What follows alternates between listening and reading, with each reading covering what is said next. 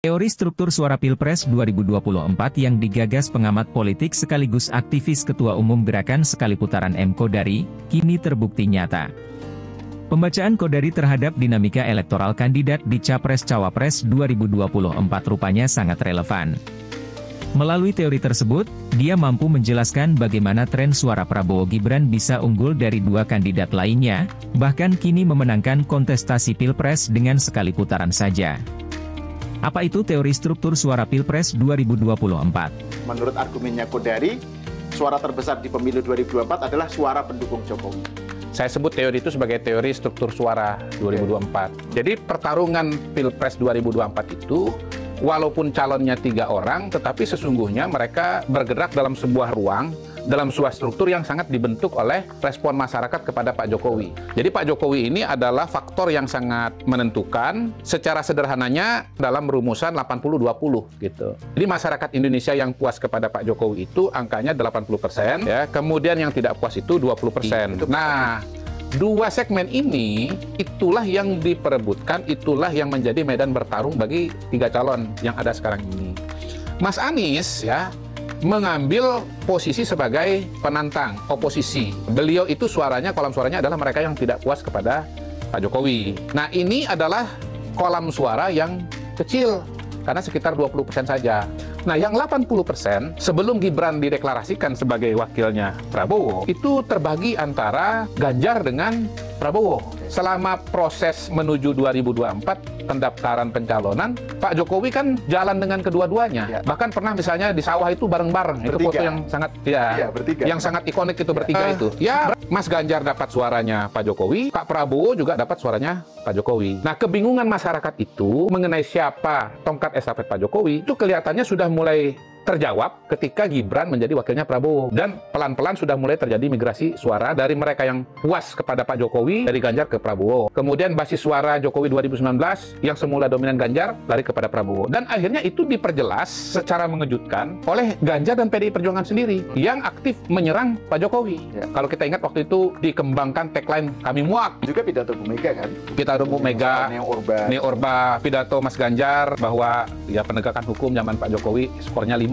gitu. Nah, itu akhirnya seperti mengusir mereka yang puas kepada Pak Jokowi dan tadinya milih Ganjar, lari kepada Prabowo. Singkatnya, pemilih pendukung Pak Jokowi ini marah kepada Mas Ganjar. Itulah yang menyebabkan kenapa kemudian terjadi dinamika suara yang sangat menarik yang saya sebut sebagai bejana berhubungan, di mana suara Prabowo naik, maka Ganjar turun, dan itu yang kita saksikan. Mau surveinya Indikator, mau surveinya Kompas.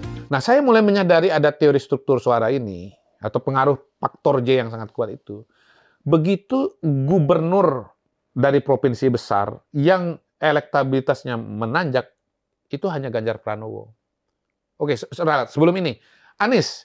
Anies, saya sudah yakin sekali bahwa dia akan jadi calon presiden, potensial calon presiden, karena track record Pak Jokowi sebagai gubernur DKI Jakarta.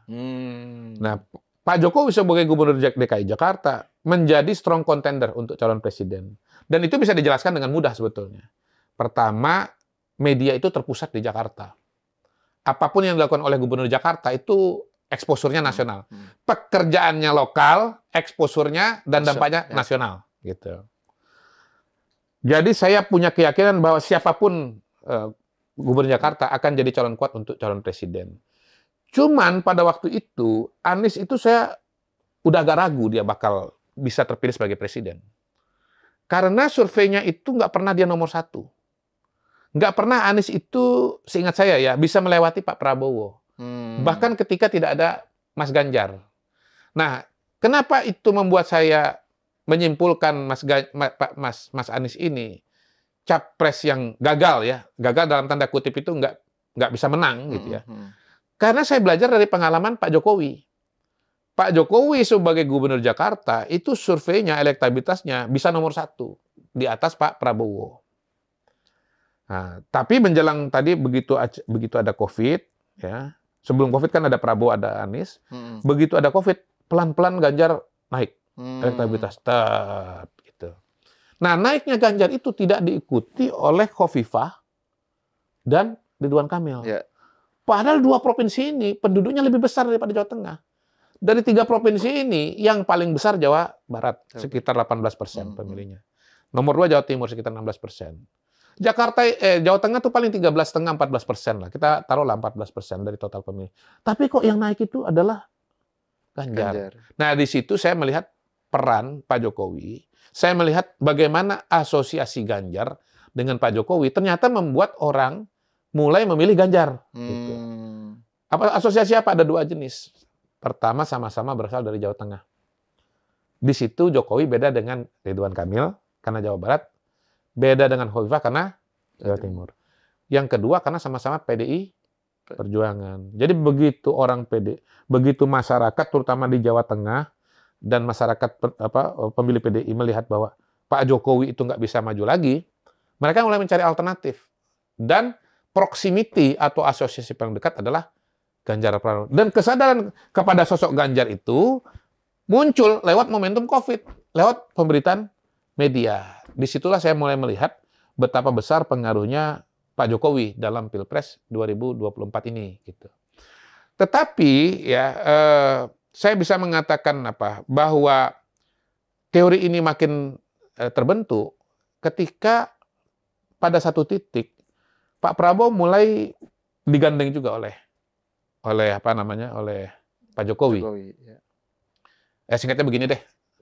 Jadi waktu itu saya mengatakan kepada Faktor J, Mr. J, Pak, Bapak itu nggak bisa hanya menggrooming Mas Ganjar.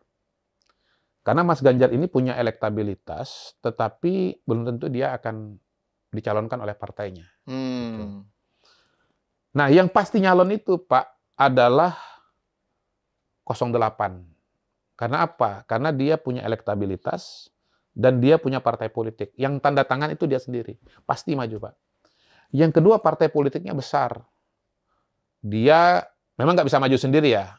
Kalau PDI Perjuangan kan bisa maju sendiri. Dia tinggal tunjuk aja partai menengah ini dan semua pasti mau untuk bisa mencapai target memenuhi persyaratan undang-undang gitu. Dan waktu itu Prabowo sudah jadi Menhan ya? Udah jadi Menhan. Ya. Yang kedua, Pak, beliau ini 08 ini punya jasa yang besar, Pak. Bukan cuma soal kepada Republik, bukan cuma soal membangun rekonsiliasi dengan Bapak, tapi di masa COVID, Pak. Baik dukungan dia kepada penanganan COVID itu dan pada pemerintahan itu besar sekali. Bapak bayangkan kalau misalnya waktu itu dia oposisi, lalu dia pidato gitu ya ke masyarakat terbuka bahwa tolak vaksin, tolak COVID, saya bilang. Atau lockdown. Tolak lockdown gitu. Enggak, lockdown ya, tolak PSBB ya, tolak PSBB. Lockdown aja gitu. Pak, ini pasti korban COVID banyak sekali, Pak. Karena kan penularan menjadi tidak terkendali gitu. Dan karena itu jasanya besar sekali. Yang ketiga saya lihat kayaknya Bapak nyaman sama 08 ini. Dari gesturnya, dari bahasa tubuhnya, lalu kemudian dari konsistensi dia untuk mendukung pemerintahan. Jadi menurut saya Pak layak Pak untuk dipertimbangkan gitu. Nah, dalam konteks itu saya tidak menyalahkan teman-teman yang mengatakan bahwa Pak Jokowi dulu kasih sinyal, kasih kode, bahkan kasih perintah misalnya untuk membantu Mas Ganjar gitu loh. Tapi jangan lupa bahwa seorang pemimpin itu, ya apalagi kalau sudah pada kelasnya Pak Jokowi, pasti mendapatkan masukan dari banyak pihak. Gitu. Kita tuh nggak boleh GR, ya kita nggak boleh istilah teman saya itu sok paten sendiri, seolah-olah cuman ide dan gagasan kita saja yang didengarkan dan diperhatikan. Gitu. Pasti seorang pemimpin itu dia akan mendengarkan masukan dari banyak kalangan dan dia akan mempertimbangkan mana ide dan gagasan yang paling layak untuk dikerjakan lah gitu. Nah, saya melihat sebetulnya akhirnya Pak Jokowi waktu itu ya sama-sama memberikan kesempatan kepada dua-duanya. Ada masanya jalan dengan Mas Ganjar, ada masanya jalan dengan 08 dengan Pak Prabowo, dan kemudian juga dikasih kode-kode juga. Pada suatu masa memberikan kode rambut putih, pada satu masa memberikan kening berkerut gitu. Ya ada pujian-pujian untuk dua-duanya gitu. Dan sebetulnya akhirnya yang menentukan adalah ya selain masyarakat adalah kedua kandidat itu sendiri. Mampukah mereka menjaga atau merawat trust kesempatan yang diberikan oleh Pak Jokowi. Nah, di titik itu saya melihat ya pada akhirnya Pak Jokowi trust-nya lebih kepada Prabowo sebagai calon presiden. Ya mungkin merasa kalau Mas Ganjar ini pertama ada peristiwa-peristiwa penting di mana ya dukungan atau keberpihakannya kepada Pak Jokowi itu kurang. Gitu. Lepas dari alasannya gitu ya. Misalnya soal pelaksanaan Piala Dunia U20 gitu ya. Penolakan terhadap tim Israel yang berakibat pada batalnya event ini yang menurut saya bagi Pak Jokowi penting. Itu menurut saya membuat Pak Jokowi patah hati pada satu titik. Dan yang kedua menunjukkan bahwa Mas Ganjar itu lebih mengikuti perintah atau arahan dari kingmaker yang lain. Kira-kira begitu. Jadi kingmaker yang ini nih patah hati kepada Mas Ganjar gitu. Nah, peristiwa atau situasi seperti itu oleh Pak Jokowi tidak dilihat ada pada situasinya Pak Prabowo gitu. Pak Prabowo tetap mendukung, nggak pernah nolak Piala Dunia U20. Kemudian ya sudah jelas lah bahwa Pak Jokowi kalau dengan Pak Prabowo bisa bicara langsung. Nggak perlu ada orang ketiga misalnya begitu, apalagi orang keempat. Kan? Iya kan? Nggak perlu ada orang ketiga, nggak perlu ada orang keempat. Dan kalau soal pengaruh orang ketiga, orang keempat ini saya kira Pak Jokowi karena pernah bersama dengan kingmaker yang satu itu, udah pernah ngalamin bagaimana istilahnya tarik-menarik perbedaan pemikiran, perbedaan kepentingan barangkali gitu. Dan saya melihat bahwa sebetulnya waktu itu Pak Jokowi melihat bahwa dua ini gimana kalau dipasangkan gitu. Capresnya Prabowo, wakilnya Ganjar. Nah, pada hari ini kan saya sering diserang juga. Gimana kepuasan kepada Pak Jokowi 80% gitu.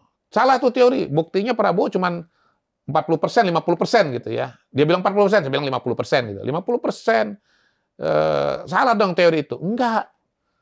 Angkanya kan 80% kalau pasangannya itu Prabowo Ganjar 80% itu. Gitu. Jadi bahasa saya begini, 80% teori itu benar, 50% di Prabowo, yang 30 masih ada di Ganjar. Tinggal nunggu gesernya aja gitu ya. Ya 20% di Ganjar lah, ada yang undecided dan seterusnya lah kira-kira begitu. Jadi teori 80% ini akan sangat-sangat precise itu kalau pasangannya adalah Prabowo Ganjar. Karena sesungguhnya representasi dari teori kolam suara Jokowi ini atau faktor J ini itu kandidatnya ada 2 orang gitu.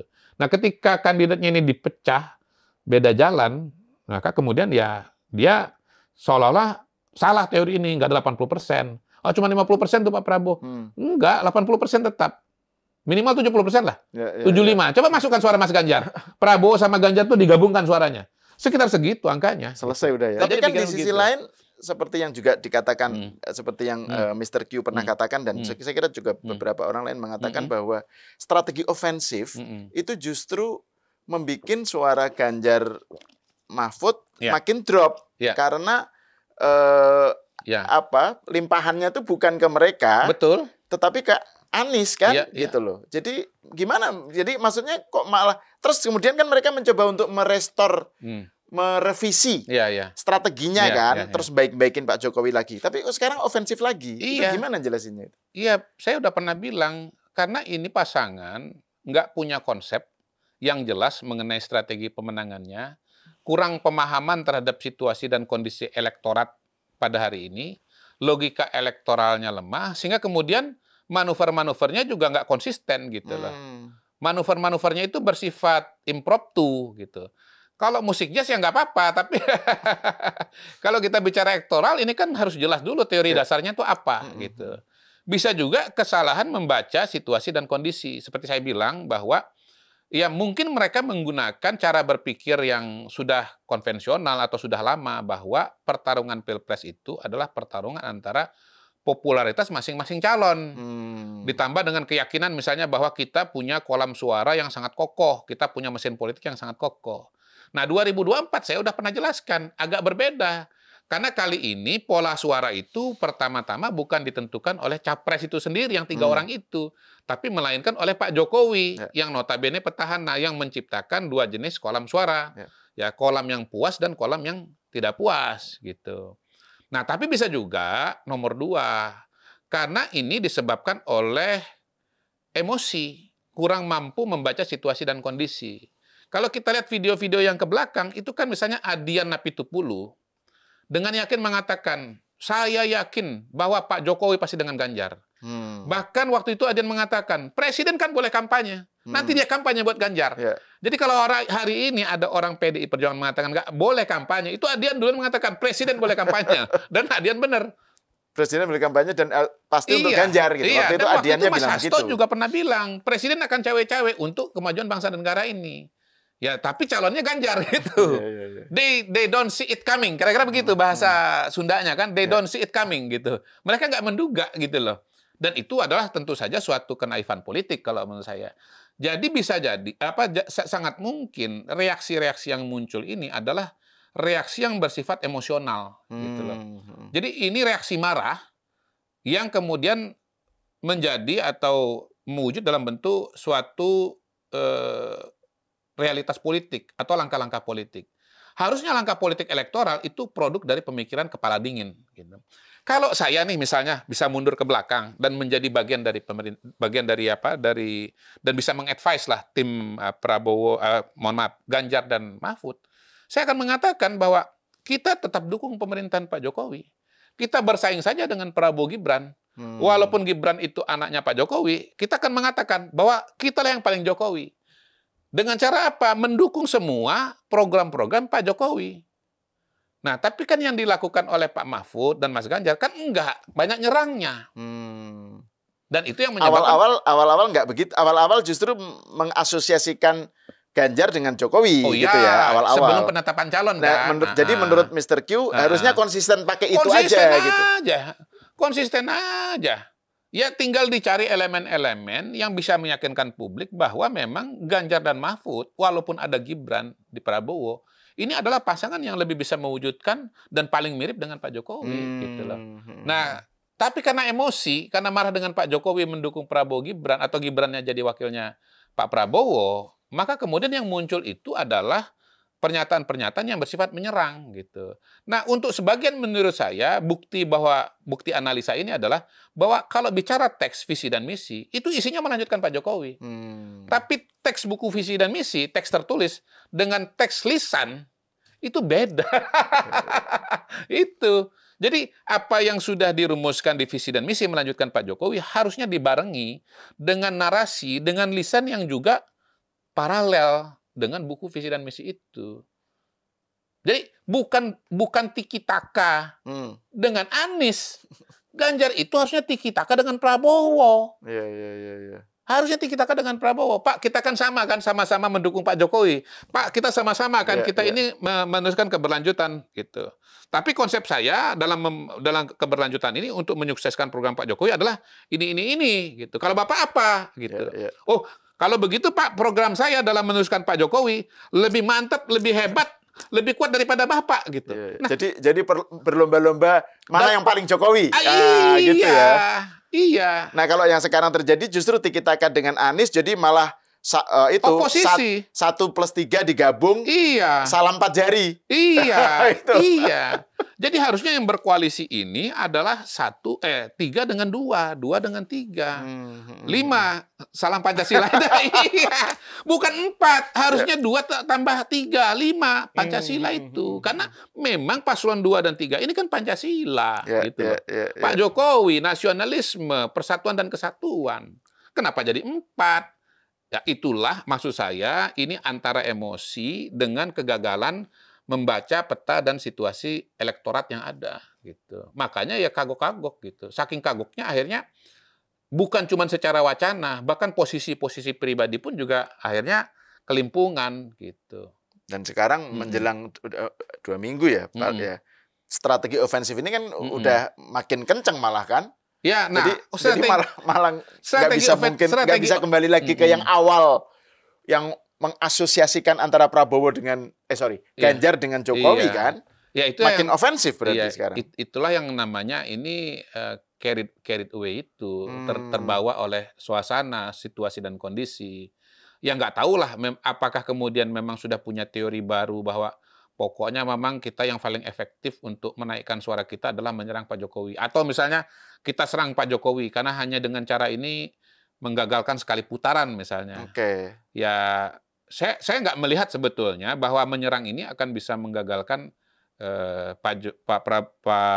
Prabowo dan Gibran gitu untuk sekali putaran. Justru misalnya ketika Mas Butet menyebut ASU itu gitu. Saya kira pendukungnya Pak Jokowi ya akan makin lari gitu loh dari Ganjar karena Butet menyampaikan itu di panggungnya Ganjar. Ketika Mas Guntur ya menyampaikan Pak Jokowi kita akan apa-apain gitu. Ya pendukungnya Pak Jokowi akan makin lari. Jadi pendukung Pak Jokowi ini ketika Ganjar dan Mahfud itu menyerang, timnya menyerang Pak Jokowi, ya dua kemungkinan, satu lari ke Prabowo, satu lagi larinya justru ke Anies. Kalau propagandanya berhasil bahwa pemerintahan ini gagal, Pak Jokowi gagal, mungkin Anies yang dapat suara. Ketika nggak berhasil, orang cuma marah sama Prabowo Ganjar, orang larinya, Prabowo Ganjar Mahfud, orang lari kepada Prabowo Gibran. Anies yang dapat suara karena Anies yang mewakili perubahan itu, orang yang tidak puas dengan Jadi Pak kalau Jokowi yang itu. anti Jokowi, gini nih ya, ke Anies. Kalau gerakan 4 jari ini berhasil atau punya pengaruh di lapangan, hemat saya yang akan naik suaranya adalah Anies, bukan Ganjar gitu. Karena apa? Karena mau diapa-apain pun sampai hari ini saya yakin kolam suara Mas Ganjar itu pada dasarnya mayoritas tetap orang yang puas kepada Pak Jokowi. Jadi hukum atau mekanisme bejana berhubungan itu menurut saya masih berlaku. Jadi teori struktur suara yang saya sampaikan itu sebetulnya terbukti dalam survei-survei yang dilakukan oleh teman-teman. Awal Oktober, Pak Prabowo itu mungkin angkanya 35, 34, 36. Ketika berpasangan dengan Mas Gibran, awal November jadi 40. Kemarin awal Desember jadi 45. Kalau tren ini berjalan linear, ceteris paribus, awal Januari 50% sudah. Survei Januari dan bulan Februari ini sesungguhnya mengafirmasi teori struktur suara Pilpres 2024 dan berhasil membuktikan Prabowo Gibran menang sekali putaran. Salut buat Bung Kodari.